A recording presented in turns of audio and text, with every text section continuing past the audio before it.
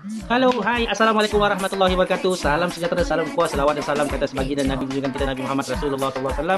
Allahumma salli ala sayyidina Muhammad wa ala ali sayyidina Muhammad sallallahu alaihi wasallam. Well, so dalam siri video kali ini kita seriously mau berkongsi kepada anda semua satu info yang sangat penting dan juga rasa sangat bermanfaat. Di mana sekejap lagi kita akan kongsikan ada 3 punca utama bagi masalah jeragat. So dari mana datangnya punca jeragat ni kan? Ramai kebanyakan kata ramai juga daripada kalangan seluruh rakyat Malaysia ni yang menghadapi masalah jeragat yang sudah bertahun-tahun lamanya kan, sudah mencuba macam-macam kaedah dan cara, sudah habis beribu-ribu ringgit untuk cuba menyelesaikan masalah jeragat, tapi bertemu dengan jalan yang buntu, malahan jeragat makin bertambah. Kenapa? Kita kena tahu ada tiga punca utama masalah jeragat. So kalau kita mau settlekan masalah jeragat, kita kena tahu dulu apa punca jeragat ini boleh berlaku kan.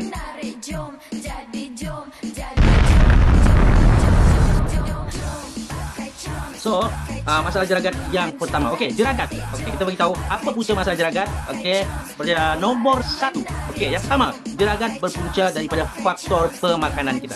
Okey, kita kena tahu kan, kita punya pemakanan zaman sekarang ni makanan macam-macam kan, dengan bahan pengawetnya, dengan bahan kimianya, bercampur dengan macam-macam. So, banyak terlalu salah satu faktor ataupun salah satu punca daripada punca jeragat. Okey, jeragat boleh bertompok dengan kita punya muka ni. Salah satu daripadanya ialah punca daripada kita punya pemakanan. Okey, kita selalu mengamalkan pemakanan yang tidak sihat. Terlalu banyak makanan yang kata mengandungi bahan kimia, yang mengandungi bahan pengawet kan. So akibat daripada sumber pemakanan tersebut kan, makanan yang kurang berkhasiat, apa hasilnya menyebabkan makanan yang tidak berkhasiat ni mengundang kepada radikal bebas. Radikal bebas. So makanan-makanan yang tidak berkhasiat itu kan, dia teroksida membentuk radikal bebas di dalam tubuh badan kita. Okey, makanan tersebut teroksida dalam tubuh badan kita lalu menghasilkan radikal bebas. Okey, radikal bebas ini menjadi toksik dan toksik ini akan merosakkan sel-sel di dalam tubuh badan kita. Daripada radikal bebas itulah dia merosakkan sel-sel di dalam tubuh badan kita, dan termasuklah kita punya sel kulit pada area bahagian muka, yang itu yang jadi punca kepada masalah jeragat. Jadi tompok-tompok hitam itu sebenarnya akibat daripada radikal bebas kan, radikal bebas yang membentuk toksik. Itu yang menyebabkan muka kita ditumbuhi dengan jeragat. Alright, so macam mana cara kita mau atasi, kita mau settlekan, kita mau singkirkan radikal bebas yang dalam tubuh badan kita ni akibat daripada pemakanan kita yang kurang sihat? Tu mudah saja. Pertama, amalkan cara hidup yang sehat.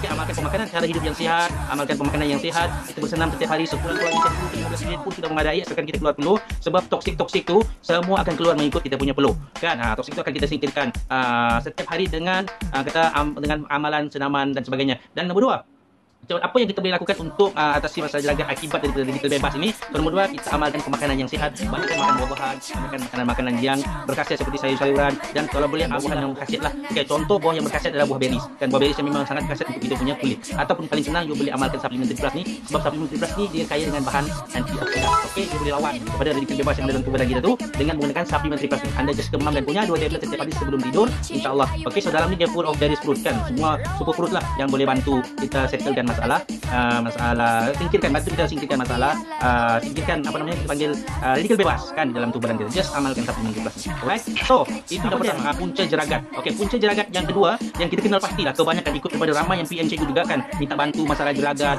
kan. So kebanyakanlah yang minta bantu masalah jeragat, bila kita siasat, bila kita selidik, kebanyakannya rupanya pernah terjebak dengan produk timbang kilo ataupun tersalah memakai produk skincare. So kebanyakannya kan tengok asal satu produk ni, nampak satu produk tu bagus, nampak satu produk tu macam cepat kesan dia, nampak satu produk tu viral, dia pun apa lagi tanpa memikir panjang beli dan guna. So mata-mata iklan, okey, kesan flawless seawal 3 hari, seawal 2 hari, seawal 5 hari. Okey, grab terus kan, grab terus pakai tanpa berfikir panjang, tanpa menyiasat, tanpa melakukan sebarang research pun terhadap produk tersebut kan, just pakai gitu je. And then apa hasilnya, apa kesan dia? Rupa-rupanya produk yang digunakan tu memanglah kadang-kadang satu produk okey berdaftar dengan KKM bukan bermakna satu produk itu selamat kan. Berdaftar ini cuma daftar saja produk yang di bawah KKM kan, mereka akan dibagi nombor siri, cukup itu saja. Mereka tidak pernah melakukan apa-apa research ataupun ujian terhadap sesuatu produk yang berdaftar dengan KKM, kecuali produk tersebut mendapat aduan atau komplain daripada pengguna. So barulah mereka akan buat siasatan, barulah mereka akan KKM akan kata siasat, okey, akan uji dan sebagainya.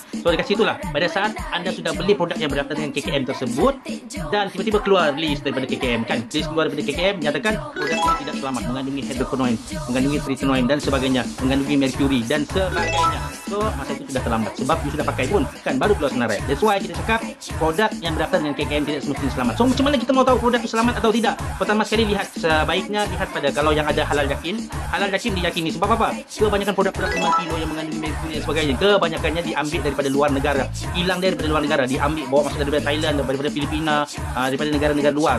Kemudian dia akan repack balik, membentuk produk timbang kilo. Buatlah packaging yang cantik-cantik, tapi tidak ada pun pengesahan daripada mana-mana pihak. Pihak JAKIM ni kan, untuk pihak halal JAKIM ni tidak sama sekali akan beri logo halal kepada mana-mana produk yang tidak dikilangkan di Malaysia. So for sure lah, kalau ada logo halal JAKIM itu salah satu kaedah untuk kita tengok produk ini memang selamat, sebab produk 5 kilo tidak akan dikilangkan di Malaysia. Kebanyakannya di luar negara kan. So bila halal JAKIM ni, halal JAKIM dia sangat strict tau. So bila ada logo halal JAKIM untuk satu produk tu, kita bolehlah kata selamat atau tidak dengan adanya logo halal JAKIM. Sebab halal JAKIM is very strict, sangat strict dengan kebersihan, sangat strict dengan kata mereka tidak membenarkan sama sekali produk-produk daripada luar kan untuk dibagi logo halal JAKIM tu. Logo halal JAKIM hanya untuk produk yang dikilangkan di Malaysia, untuk mereka senang pantau kilang tersebut dan sebagainya lah. So banyak lagi lah kriteria untuk dapat logo halal JAKIM, which is sangat susah untuk kita dapat. Selain daripada logo halal JAKIM, anda boleh minta kepada reseller, hantar diorang cakap kita cerewet ke sebagainya, minta sijil tambahan. Okey, sijil ujian. So kalau produk tu bagus kan, kalau produk tu bagus, owner dia pun bertanggungjawab dan sebagainya, for sure dia akan buat satu test tambahan, buat dekat mana-mana lab kan, lab di USN kita banyak, kita ada makmal racun negara dan sebagainya. So minta surat pengesahan ataupun hasil dari test tu, pastinya kat situ ada tulis retinoid dan semua bahan-bahan tu dia akan tulis ND. ND maksudnya not detected, bermakna produk-produk mercury, produk-produk yang mengandungi bahan kimia yang memudaratkan itu tidak di yang kata not detect. Kita tidak, mereka tidak disuruh mandi, kita kena siasat dulu betul, sebab yang pakai nanti, yang rosak muka nanti bukan diorang, kita kan. Jadi siasat betul-betul, itu salah satu kaedah lah. Kita minta adakah ujian-ujian daripada ujian tambahan daripada makmal, bukti kan daripada kata lab test, adakah lab test kan yang menyatakan bahan ini produk yang saya membeli ini bebas daripada bahan-bahan yang memudaratkan. Okey, simple. Alright, so itu adalah kata salah satu daripada punca masalah jeragat. Sebab apa? Produk merkuri ni, produk bahan kimia ni kan, bila kita pakai kan, pada mulanya of course dia memang nampak cantik dia kan, smooth dia. Yang jeragat yang tebal tu kadang-kadang seawal 3 hari 5 hari sudah boleh flawless. Sebab apa? Dia bukan bersifat merawat, tetapi dia lebih kepada kata menghakis. Dia menghakis, dia menipiskan kita punya lapisan kulit. Sedangkan kita punya lapisan kulit ni sejak daripada azali Allah ciptakan kita punya kulit ni dengan ada perlindungan semula jadi kan. Kita ada 2 lapisan perlindungan semula jadi dekat kulit kita ni. So bila Allah ciptakan sudah kulit itu, lapisan semula jadi yang ada dekat kulit kita punya permukaan muka ni, kita punya skin lah kan.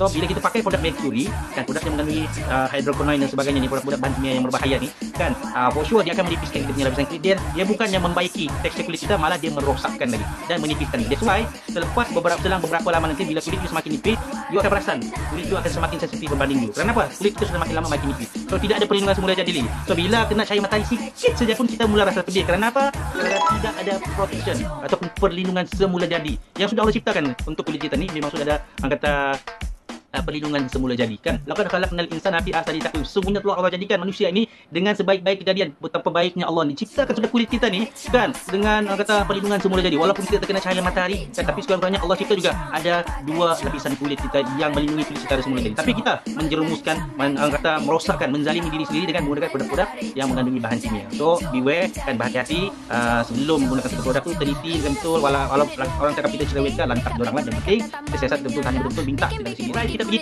yang ketiga. Apa dia? Yang ini, yang ketiga, punca yang ketiga inilah yang paling ramai orang buat mistake dan menjadi punca yang paling terbesar ataupun ramai orang menghadapi masalah jeragat berpunca daripada yang ketiga ni. Yang ketiga ni. Apa dia yang ketiga ni? Okey, salah satu daripada punca jeragat. Okey, salah satu daripada punca jeragat. So kita sudah bincang tadi, yang pertama pemakanan, yang kedua menggunakan salah produk lah kan, menggunakan produk yang mengandungi bahan kimia yang berlebihan, contoh hydroquinone, produk-produk mercury lah. So yang ketiga ni, kebanyakan daripada rakyat Malaysia melakukan kesilapan ni. Apa dia? Mereka selalu keluar rumah tanpa memakai krim perlindungan, sebab salah satu daripada punca jeragat adalah dan punca daripada sinar matahari. Okey, anda kena tahu fakta tentang cahaya matahari. Cahaya matahari dia mengandungi 2 sinar UVA dan UVB. Actually ada 3, UVC kan. UVC ni alhamdulillah telah diciptakan oleh Allah Subhanahu Wa Taala, dia tidak lepas pada lapisan ozon. So yang ada sinar UVA dan UVB.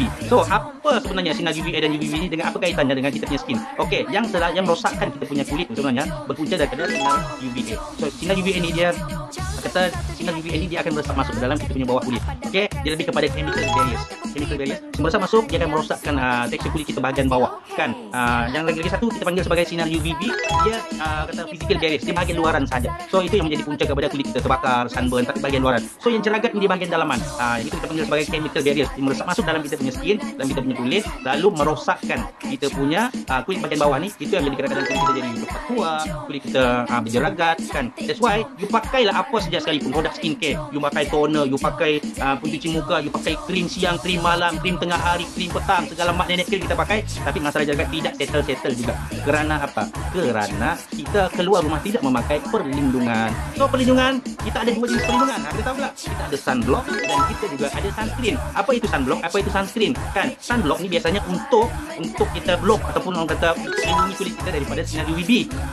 Dan sunscreen pula satu krim yang kita gunakan untuk melindungi kulit kita daripada sinar UVA. Tapi ramai rakyat Malaysia dia rasa dia pakai sunblock sudah memadai, sudah cukup. Actually tidak cukup dan tidak memadai. So macam mana cara dia? Kan cari kalau kita pakai sunblock saja tidak cukup untuk melindungi kulit kita daripada kedutan dan daripada masalah daripada timbulnya masalah deragat tu kan. So malam pakai skincare macam-macam, siang pergi keluar rumah, pergi jemur pakaian walaupun sekadar 10 minit wajib kena pakai sunscreen untuk protect skin kita. Okey 10 minit of course lah kan, tapi 10 minit kalau setiap hari kita keluar jemur pakaian terdedah dengan cahaya matahari 10 minit, kalau 10 hari sudah jadi 100 minit kan. So itu menjadi punca kepada kerosakan kita punya skin kan, kerosakan punya kulit menyebabkan berlakunya masalah deragat. So macam mana cara dia? Solusi dia wajib pakai sunscreen. Sunscreen dan sunblock is totally different. Dia tidak sama. Sunblock ni dia hanya protect skin kita, okey, daripada masalah sunburn kan, kulit bakar. But sunscreen ni kan kalau you tidak pakai sunscreen, so kata risiko untuk terkena, kata risiko untuk masalah jeragat tu bertambah teruk lagi tinggi kalau you tidak memakai sunscreen. So solusi dia pakai sunblock, pakai juga sunscreen. Macam mana kita mahu tahu sunscreen tu? Paling simple dia akan tulis satu krim tu, dia akan tulis PA++ ke, itu sunscreen kan. Kalau sunblock dia biasalah, sunblock dia akan tulis SPF 15, SPF 30, SPF 50 kan. So yang paling penting kata pakai juga sunblock untuk elak sunburn dan pakai juga sunscreen. So paling mudah kan kita ada Hydra Fresh Tinted Moisturizer Broad Spectrum. Yang ni salah satu dari contoh sunscreen sebab dia tulis sana broad spectrum.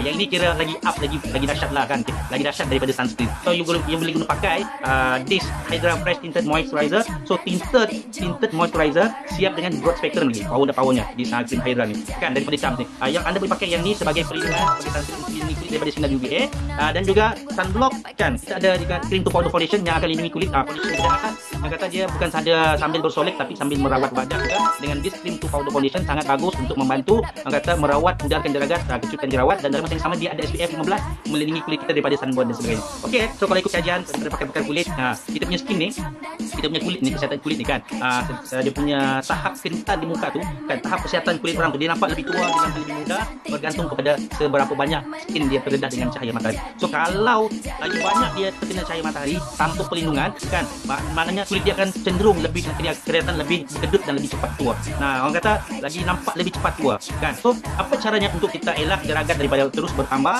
dan cara elak untuk jeragat kita ini tumbuh dekat muka? So paling penting seperti kita cakap tadi, pakai sunscreen, dan juga untuk elak daripada sunburn pakailah juga sunscreen sunblock. Untuk pakai foundation dia senang kan.